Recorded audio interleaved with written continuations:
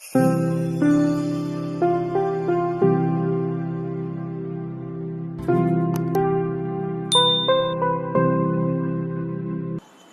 Very good morning to all of you. स्वागत है आप सभी का हमारे यूट्यूब चैनल अचीवर्स में।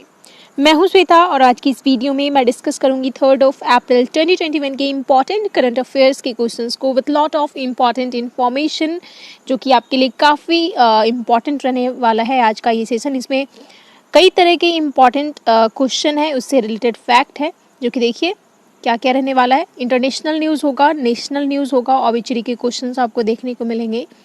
एंड रिसेंटली जो भी ऑब्वियसली हुई हैं वो सारे आपको यहाँ पे देखने को मिलेंगे। आगे के पार्ट में स्पोर्ट्स न्यूज़ होगा, इम्पॉर्टेंट डे होगा एंड इम्पॉर्टेंट स्कीम पे बात होगी। एंड मोस्ट इम्पॉर्टेंट जो है आज का आर्टिकल 244 क्लाउज ए, राइट। सो आर्टिकल 244A अभी न्यूज़ में है, तो इसके बारे में हम लोग डिटेल से चर्चा करेंगे, ओके, आगे के पार्ट में। नाउ स्टार्ट करते हैं आज का करंट अफेयर्स। आइए देखते हैं इंटरनेशनल न्यूज़ वन लाइन में। हाल ही में बहरीन ग्रैंड प्रिक्स 2021 के विजेता लुइस हैमिल्टन बने हैं। ऑलराइट, नेक्स्ट देखिए, विश्व ऑटिज्म जागरूकता दिवस कब मनाया जाता है? 2 अप्रैल को मनाया जाता है, world autism awareness day, right. Next देखिए नेशनल न्यूज़ हमारा, राजस्थान राज्य सरकार चिरंजीवी स्वास्थ्य बीमा योजना के तहत प्रत्येक परिवार को स्वास्थ्य बीमा देने वाला देश का पहला राज्य बन गया है। कौन? राजस्थान। नेक्स्ट, प्रोफेसर कुलवंत सिंह ग्रेवाल पंजाबी लोक कवि का 80 वर्ष की उम्र में निधन हो गया है। तो ये ऑबिचुरी का क्वेश्चन हो गया। नेक्स्ट देखिए, हाल ही में आम जनता के लिए खोला गया भारत का पहला 14 लेन का एक्सप्रेसवे दिल्ली और मेरठ को जोड़ता है। ओके, तो इसके बारे में हम लोग आगे के पार्ट में देखेंगे डिटेल से।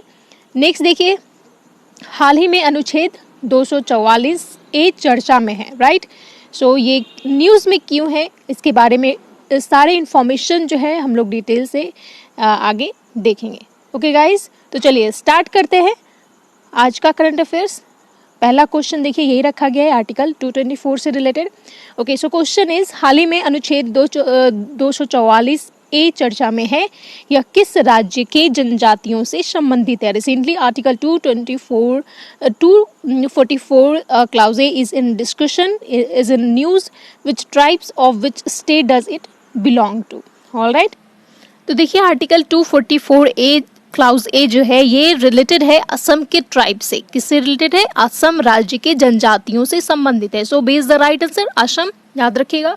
तो ये आर्टिकल जो है अभी न्यूज़ में क्यों है, देखिए अभी असम में जो विधानसभा जो चुनाव हो रहे हैं उसमें कांग्रेस लीडर राहुल गांधी ने प्रॉमिस किया है कि जब वे सरकार में आएंगे तो वह इस आर्टिकल को, आर्टिकल 244 क्लाउज ए को लागू कर देंगे। यानी अभी ये आर्टिकल लागू नहीं है, वो इसे लागू करने की उन्होंने बात कही है, प्रॉमिस की है, ठीक है। तो इस आर्टिकल को 1969 में 1969 में इसे कांग्रेस गवर्नमेंट के द्वारा कॉन्स्टिट्यूशन में इंसर्ट किया गया था। ऑलराइट, यानी इसे कॉन्स्टिट्यूशन में शामिल किया गया था। कब? 1969 को। क्यों? क्योंकि असम के जो ट्राइबल पीपल हैं उनको अधिक अधिकार देने के लिए, और भी ज़्यादा अधिकार देने के लिए इसे कॉन्स्टिट्यूशन में शामिल किया गया था। और इस आर्टिकल के तहत क्या है, देखिए इस आर्टिकल के तहत जो है असम में ट्राइबल एरियाज जो है उसे ऑटोनोमस स्टेट यानी एक स्वायत्त राज्य बनाने की बात कही गई है, ठीक है। याद रखिएगा ये पॉइंट, ऑटोनोमस स्टेट की बात कही गई है, ठीक है। किसे? ट्राइबल एरियाज को एक स्वायत्त राज्य बनाने की बात कही गई है। और इसके साथ साथ एक विधायिका यानी लेजिस्लेचर और मंत्रियों का परिषद यानी काउंसिल ऑफ मिनिस्टर होगी। मतलब इस आर्टिकल के तहत क्या है, बेसिकली एक स्वायत्त राज्य होगा यानी एक ऑटोनोमस स्टेट होगा, उसमें एक विधायिका और मंत्रियों की परिषद होगी। ऑलराइट, समझ में आ रही है? सो नाउ देखिए, छठी अनुसूची जो है हमारी 6th शेड्यूल जो है कुछ इसी तरीके से रिलेटेबल है, बट डिफरेंट क्या है दोनों में ये भी आप देख लीजिए। 6th शेड्यूल जो है कॉन्स्टिट्यूशन का, ओके, और आर्टिकल 244 है, दोनों में डिफरेंस क्या है?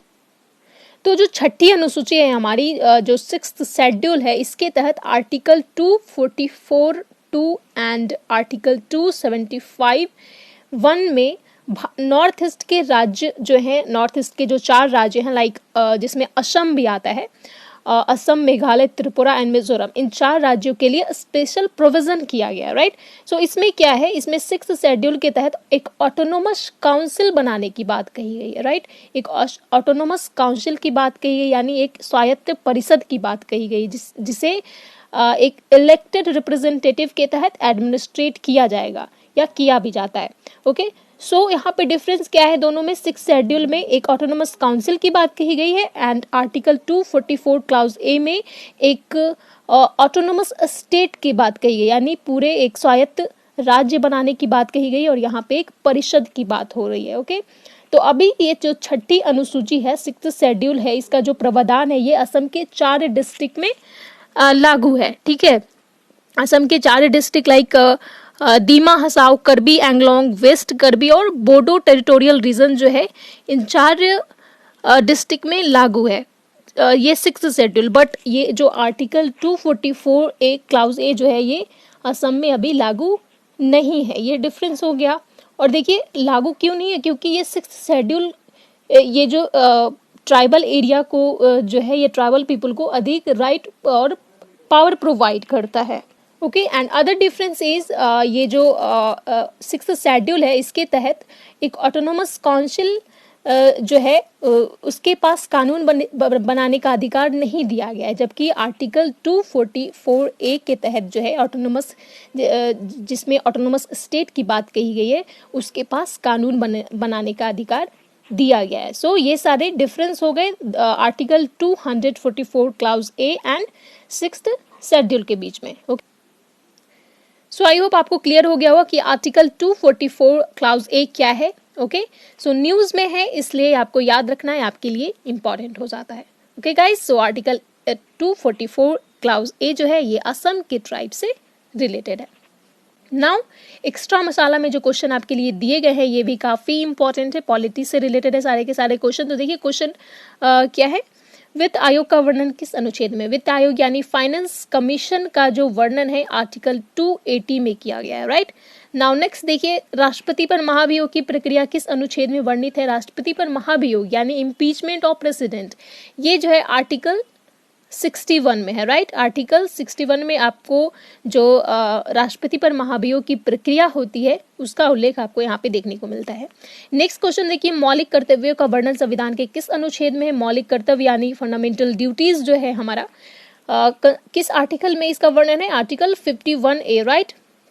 आर्टिकल 51 ए के तहत जो है 11 फंडामेंटल, उसमें 11 फंडामेंटल ड्यूटीज का वर्णन आपको देखने को मिलता है, जिसमें 10 फंडामेंटल ड्यूटीज को 42वें संशोधन के माध्यम से जोड़ा गया था, और 11वें मौलिक कर्तव्य को कब जोड़ा गया था, 2002 में, एंड 86th अमेंडमेंट के तहत, ठीक है। 86वें संशोधन जो किए गए थे, उसके जरिए कॉन्स्टिट्यूशन में इसे शामिल किया गया था, किसे, 11 मौलिक कर्तव्य को। ओके, सो याद रखिएगा। नेक्स्ट देखिए, 9वीं अनुसूची को भारत के संविधान में किस संविधान संशोधन के तहत जोड़ा गया था, 9वीं अनुसूची, ठीक है। 9वीं अनुसूची जो है ये 1951 में फर्स्ट अमेंडमेंट के तहत, ठीक है, फर्स्ट कॉन्स्टिट्यूशन अमेंडमेंट यानी प्रथम संविधान संशोधन अधिनियम के तहत जो है इसे शामिल किया गया था। ओके, याद रखिएगा, ये भी इंपॉर्टेंट है। नाउ किस संविधान संशोधन को लघु संविधान भी कहा जाता है, लघु संविधान यानी मिनी कॉन्स्टिट्यूशन, वेरी इंपॉर्टेंट है ये। लघु संविधान किसे कहा जाता है, अमेंडमेंट 42 यानी 42वां संविधान संशोधन जो है, 42वां संशोधन को लघु संविधान के नाम से जाना जाता है, क्योंकि इसके द्वारा कई संविधान में कई सारे बदलाव किए गए, ठीक है, इसलिए इसे मिनी कॉन्स्टिट्यूशन कहा जाता है। 42 अमेंडमेंट को काफ़ी इंपॉर्टेंट है, ये सारे अमेंडमेंट में काफ़ी इंपॉर्टेंट है, इसलिए आपको इसके तहत जो भी अमेंडमेंट किए गए हैं वो आपके लिए इंपॉर्टेंट हो जाता है। ओके, तो याद रखिएगा। नाउ हम लोग आते हैं नेक्स्ट क्वेश्चन पे। हाल ही में आम जनता के लिए खोला गया भारत का पहला 14 लेन का एक्सप्रेसवे दिल्ली और किस शहर को जोड़ता है, recently India's first 40 lane expressway open to general public connects Delhi and which city. तो देखिए यहाँ पे पिक्चर में आप देख रहे हैं 14 लेन का एक्सप्रेसवे है, ठीक है, जिसे स्टार्ट किया गया है अभी आम जनता के लिए, राइट। ये दिल्ली और मेरठ को कनेक्ट करता है। ओके, उत्तर प्रदेश के मेरठ डिस्ट्रिक्ट को दिल्ली से ये कनेक्ट करता है। ओके, याद रखिएगा। नाउ एक्स्ट्रा मसाला क्वेश्चन देखिए आपके लिए जो रखे गए हैं काफी इंपॉर्टेंट है। भारत का सबसे लंबा नेशनल हाईवे कौन सा है? Longest national highway of India, that is NH7। Okay, national highway 7 जो है इंडिया का लॉन्गेस्ट नेशनल हाईवे है, जो कि 21 शहरों को जोड़ता है। नेक्स्ट, बोगीबिल सेतु नदी बोगीबिल ब्रिज जो है किस नदी पर है? बोगीबिल ब्रिज ये असम के डिब्रूगढ़ शहर के पास ब्रह्मपुत्रा नदी पर है, राइट। हाल ही में भारत और किस देश के बीच मैत्री सेतु का उद्घाटन किया गया है? मैत्री सेतु, मैत्री ब्रिज का रिसेंटली इसकी इनॉग्रेशन की गई है। भारत और किस देश के बीच ये है? भारत और बांग्लादेश को कनेक्ट करता है मैत्री ब्रिज, जिसे रिसेंटली ही अभी 2021 में ही इसे लास्ट मंथ में इसकी इनॉग्रेशन इसे लॉन्च किया गया था। भारत का सबसे लंबा सड़क सुरंग कौन सा है? भारत का सबसे लंबा सड़क सुरंग यानी longest road tunnel of India, that is Chenani Nashri tunnel, right. Chinani नासरी सुरंग जो कि जम्मू कश्मीर के NH44 पर स्थित है। ओके, विश्व का सबसे ऊंचा ऑर्क ब्रिज किस नदी पर बनाया जा रहा है? ऑर्क ब्रिज जो है वर्ल्ड का सबसे ऊंचा ऑर्क ब्रिज कहाँ बनाया जा रहा है? जम्मू कश्मीर के चिनाब रिवर के ऊपर है। ओके, याद रखिएगा, सारे इंपॉर्टेंट क्वेश्चन यहाँ पे दिए गए हैं। नेक्स्ट क्वेश्चन पे आते हैं। हाल ही में बहरीन ग्रैंड प्रिक्स 2021 के विजेता कौन बने? Who has recently become the winner of Bahrain grand prix 2021? Okay, इसका राइट आंसर होगा option A, Lewis Hamilton. Okay, Lewis Hamilton जो है ब्रिटेन के हैं, ये फार्मूला 1 के रेसर हैं और ये जो है बहरीन ग्रैंड प्रिक्स 2021 के विजेता बने हैं। ऑल राइट, नाउ यहाँ क्वेश्चन दिया गया है, देखिए, लॉरियस वर्ल्ड स्पोर्ट पुरस्कार 2020 के लिए सर्वश्रेष्ठ पुरुष खिलाड़ी किसे चुना गया है? Okay, best sport player in Laureus world sport award 2020, इसका राइट आंसर क्या होगा? 2 प्लेयर को चुना गया था, लुइस हैमिल्टन एंड इसके साथ साथ लियोनल मेसी को।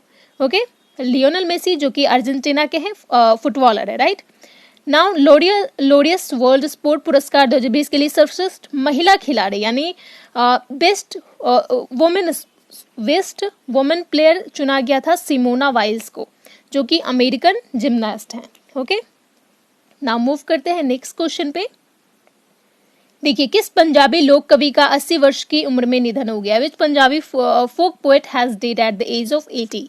ओके, सो इसका राइट आंसर होगा प्रोफेसर कुलवंत सिंह ग्रेवाल।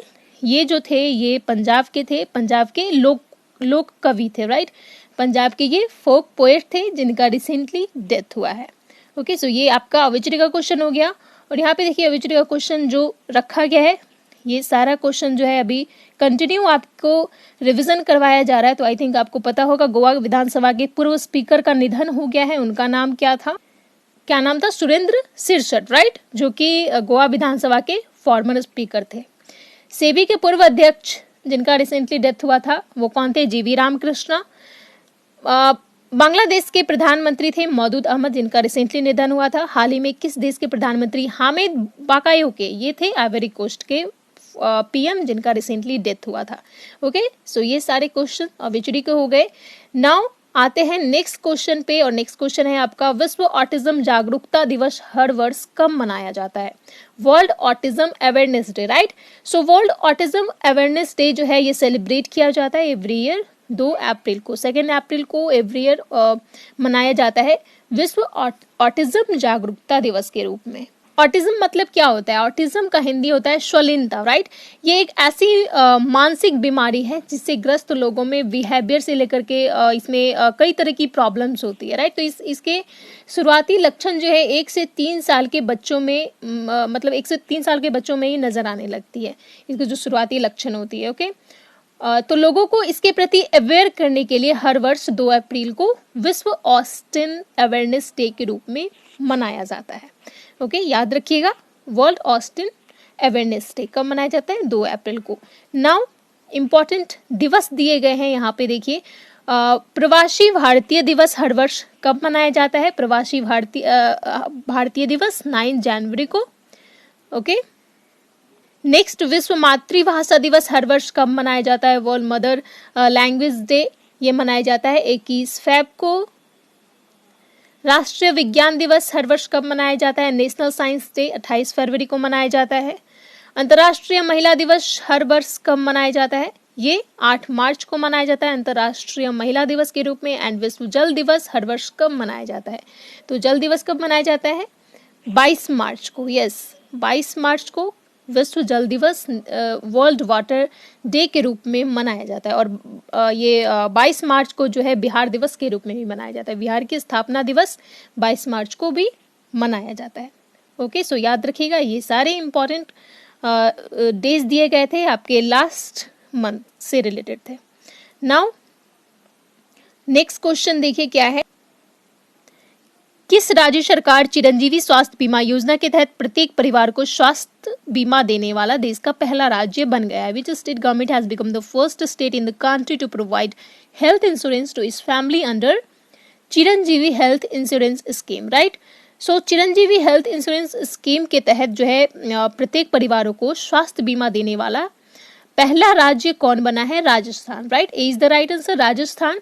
तो ये योजना जो है इसकी घोषणा राजस्थान गवर्नमेंट के द्वारा इसी साल के बजट में की गई थी। ओके, तो ये चिरंजीवी स्वास्थ्य बीमा योजना जो है ये सबसे बड़ी स्वास्थ्य सुविधा योजनाओं में से एक है। ओके, सबसे बड़ी हेल्थ केयर योजनाओं स्कीम में से एक है हेल्थ इंश्योरेंस स्कीम। तो देखिए इस स्कीम में बेसिकली है क्या, इसका उद्देश्य है राजस्थान के सभी निवासियों को चिकित्सा राहत प्रोवाइड करना।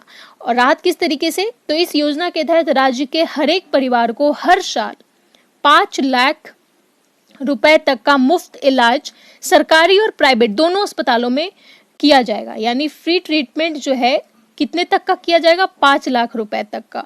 और सरकारी हॉस्पिटल या फिर प्राइवेट हॉस्पिटल, दोनों हॉस्पिटल में किया जाएगा। ओके, तो याद रखिएगा काफी अच्छी स्कीम है ये, ठीक है? चिरंजीवी हेल्थ इंश्योरेंस स्कीम, जिसके तहत राजस्थान जो है पहला राज्य बन गया है प्रत्येक परिवारों को स्वास्थ्य बीमा देने वाला। Alright, okay. नाउ और भी क्वेश्चन जो रखे गए ये भी आपके लिए इंपॉर्टेंट है। तो देखिए क्वेश्चन क्या है, गरीबों को सस्ते दर पर खाना प्रदान करने के लिए किस राज्य ने इंदिरा रसोई योजना लॉन्च की थी? तो ये योजना जो है 2020 में ही लॉन्च किया गया था, किसके द्वारा? राजस्थान के द्वारा, राइट? इंदिरा रसोई योजना, इसमें क्या था? गरीबों को सस्ते दर पर खाना प्रोवाइड करना। ओके, तो ये 2020 में ही इसे लॉन्च की गई थी। नेक्स्ट देखिए, जयपुर को किस वर्ष यूनेस्को की वर्ल्ड हेरिटेज साइट में शामिल किया गया था? जयपुर सिटी को जो है 2020 में यानी 2020 में इसे यूनेस्को के वर्ल्ड हेरिटेज लिस्ट में शामिल किया गया था, राइट? नाउ नेक्स्ट देखिए, क्षेत्रफल की दृष्टि से भारत का सबसे बड़ा राज्य कौन सा था? यहाँ पे आप कंफ्यूज मत होना, 2019 में इसे घोषित किया गया था एंड 2020 में इसे शामिल किया गया था पूरी तरीके से, ठीक है? 2019 में ही इसे जयपुर को घोषित कर दिया गया था यूनेस्को की वर्ल्ड हेरिटेज साइट में शामिल होने की। ओके, सो नेक्स्ट देखिए, क्षेत्रफल की दृष्टि से भारत का सबसे बड़ा राज्य कौन सा है? राजस्थान है भारत का सबसे बड़ा राज्य अकॉर्डिंग टू एरिया। भारत का एकमात्र गर्म मरुस्थल थार जो है ये किस राज्य में है? राजस्थान में है। राजस्थान के प्रमुख लोक नृत्य का नाम बताएं। तो famous folk dance of Rajasthan that is Ghoomar और कालबेलिया, राइट? इसके बारे में मैं पहले ही बताई हूँ। घूमर जो है एंड कालबेलिया जो है ये one of the famous prominent folk dance of Rajasthan. Alright, now आते हैं नेक्स्ट क्वेश्चन पे। हमारा देखिए नेक्स्ट क्वेश्चन है, हाल ही में भारतीय सेना किस देश में होने वाले शांतिर उग्र सेना 2021 सेना अभ्यास में भाग लेंगी? Recently Indian army will participate in शांतिर उग्र सेना 2021 एक्सरसाइज इन विच कंट्री? तो देखिए ये शांतिर उग्र सेना 2021 एक्सरसाइज जो है ये बांग्लादेश में आयोजित की जाएगी, राइट? सो बांग्लादेश में ये एक्सरसाइज शांतिर उग्र सेना 2021 सेना अभ्यास आयोजित की जाएगी, जिसमें हमारे भारतीय सेना जो है हमारे इंडियन आर्मी जो है पार्टिसिपेट करेगी। ओके, सो ये एक्सरसाइज बांग्लादेश के राष्ट्रपिता बंगबंधु शेख मुजिबुर रहमान के जन्म शताब्दी यानी उनके 100 साल उनके जन्म के 100 साल इस बार पूरे हुए हैं 2021 में, उनके उपलक्ष्य में। और दूसरी इंडिपेंडेंस के बांग्लादेश के इंडिपेंडेंस के 50 वर्ष पूरे हुए हैं, तो उनकी स्मृति में ये अभ्यास का आयोजन किया जा रहा है बांग्लादेश में, राइट? सो ये जो है 9 दिवसीय अभ्यास होगा, यानी 9 दिनों तक ये अभ्यास चलेगा, जो कि 4 अप्रैल से स्टार्ट किया जा रहा है, राइट? 4 अप्रैल से ये शुरू होगा, जिसमें हमारी भारतीय सेना पार्टिसिपेट करेगी और भारतीय सेना के साथ साथ बांग्लादेश की सेनाएं होंगी और भूटान और श्रीलंका की भी सेना भी इसमें पार्टिसिपेट करेगी, राइट। तो 4 कंट्री की सेना, Indian, Bangladesh, Bhutan and Sri Lankan, right. तो 4 कंट्री की मिलिट्री जो है, आर्मी जो है इसमें पार्टिसिपेट करेगी, याद रखिएगा। और इस टाइम पे जो है देखिए USA, Britain, Turkey, Saudi Arabia, Kuwait and Singapore के मिलिट्री सुपरवाइजर इस अभ्यास के दौरान प्रेजेंट होंगे, ठीक है। यहाँ ये सारी कंट्री के सेना जो है इसमें पार्टिसिपेट नहीं करेगी, बल्कि ये सारी कंट्री के मिलिट्री सुपरवाइजर इस टाइम पे प्रेजेंट होंगे, ओके। तो याद रखिएगा शांति उग्र सेना 2021 जो है बांग्लादेश में आयोजित की जा रही है, जिसमें 4 कंट्री की सेनाओं जो है पार्टिसिपेट करेंगी, ओके। काफ़ी इंपॉर्टेंट है आपके लिए, याद रखिएगा। नाउ रिसेंटली देखिए हमारे प्रधानमंत्री 2 दिवसीय यात्रा पर गए थे 26 मार्च को।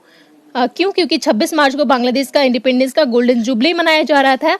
तो इसके बाद जो है कई एग्रीमेंट किए गए दोनों कंट्रीज के बीच में, 5 एग्रीमेंट, 5 समझौता किए गए थे, जो कि बायलैटरल रिलेशन के डेवलपमेंट के लिए, कनेक्टिविटी के लिए, कॉमर्शियल एंड आईटी और स्पोर्ट्स से संबंधित थे, ठीक है। 5 समझौता जो हमारे प्रधानमंत्री मोदी द्वारा हस्ताक्षर किए गए थे। और इसके बाद 6 दिसंबर को, ठीक है, 6 दिसंबर को भारत ने औपचारिक रूप से बांग्लादेश को मान्यता दी है। क्यों?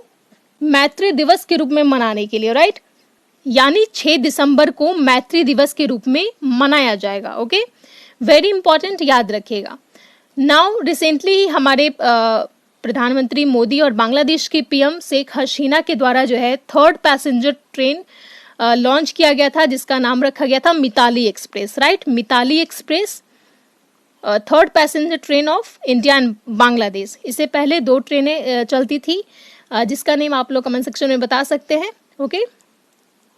नाउ ये सारे इंपॉर्टेंट फैक्ट हो जाते हैं आपके लिए बांग्लादेश और इंडिया के बीच में जो रिसेंटली किए गए हैं। और वन थिंग मोर, मैत्री ब्रिज जो है अभी रिसेंटली इसकी भी लॉन्च की गई थी बांग्लादेश और इंडिया के बीच में, ठीक है। तो याद रखिएगा ये सारे पॉइंट। नाउ देखिए एक्स्ट्रा मसाला में क्या दिया गया है। देखिए मिलिट्री एक्सरसाइज का नेम यहाँ पे आप लोग देख रहे हैं। तो दस्तलिक सेना अभ्यास जो है ये किस कंट्री के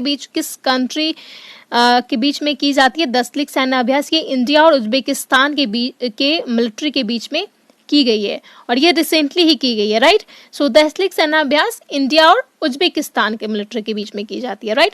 नेक्स्ट देखिए हैंड इन हैंड सेना अभ्यास, हैंड इन हैंड जो इंडिया और चाइना के बीच में की जाती है। सूर्य किरण सेना अभ्यास जो है, सूर्य किरण मिलिट्री एक्सरसाइज के इंडिया एंड नेपाल के बीच में ऑर्गेनाइज किया जाता है। मालाबार सेना अभ्यास ये क्वाड कंट्री, यानी जिसमें क्वाड में कौन कौन सी कंट्री है? Australia, USA, Japan and India. तो इन चारों के मिलिट्री के बीच में जो है मालाबार सेना अभ्यास किया जाता है ऑर्गेनाइज। नेक्स्ट देखिए गरुड़ सेना अभ्यास। गरुड़ सेना अभ्यास जो है इंडिया और फ्रांस के बीच में किया जाता है, राइट। इंडिया एंड फ्रांस के मिलिट्री के बीच में ऑर्गेनाइज किया जाता है गरुड़ सेना अभ्यास। एंड रिसेंटली ही देखिए वज्र प्रहार एक्सरसाइज जो है ऑर्गेनाइज किया गया था, किसके बीच में? इंडिया एंड यूएसए के मिलिट्री के बीच में, राइट, जिसे हिमाचल प्रदेश में ऑर्गेनाइज किया गया था, ओके। तो याद रखिएगा ये सारे मिलिट्री एक्सरसाइज।